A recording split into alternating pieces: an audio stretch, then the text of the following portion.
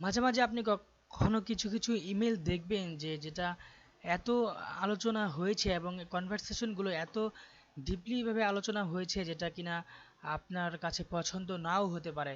যেমন দেখুন এখানে কিছু মেসেজ আছে, এখানে মেসেজগুলো অনেকগুলো মেসেজ, এই মেসেজগুলো আসলে আপনার কাছে বিরক্তকর মনে হচ্ছে।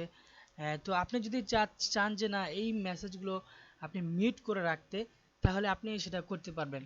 তো কোনো মেসেজকে মিউট করে রাখলে দেখুন আসলে কি হয়। আমি মেসেজটি সিলেক্ট করছি, সিলেক্ট করার পর মোডে ক্লিক করছি, মোড থেকে আমি মিউট সিলেক্ট করছি। তো মিউট সিলেক্ট করলে তখন তখন এই মেলটি সাধারণত অল মেলে চলে যাবে, অর্থাৎ এখানে দেখবেন মোর অপশন থেকে অল মেলে যাবেন, অল মেলে গেলে দেখবেন যে আপনার এই মেসেজটি এখানে আছে। কিন্তু দেখুন এখানে মিউটেড এই মেসেজটি এখানে শো করছে।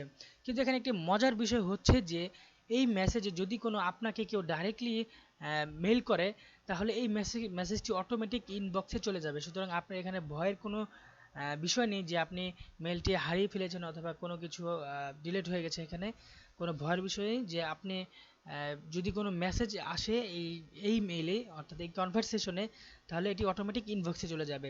তো এই মেসেজটি যদি আপনি আনমিউট করতে চান, তাহলে আপনি মেসেজটি সিলেক্ট করতে হবে, সিলেক্ট করে মোড়ে যাবেন, মোড়ে গিয়ে এখানে আনমিউট করবেন।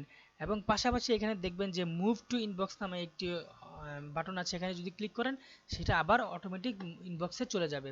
দেখুন এটা অটোমেটিক আবার ইনবক্সে কি চলে এসেছে। তো এভাবে আপনি মিউট এবং আনমিউট একটি কনভারসেশন করতে পারেন।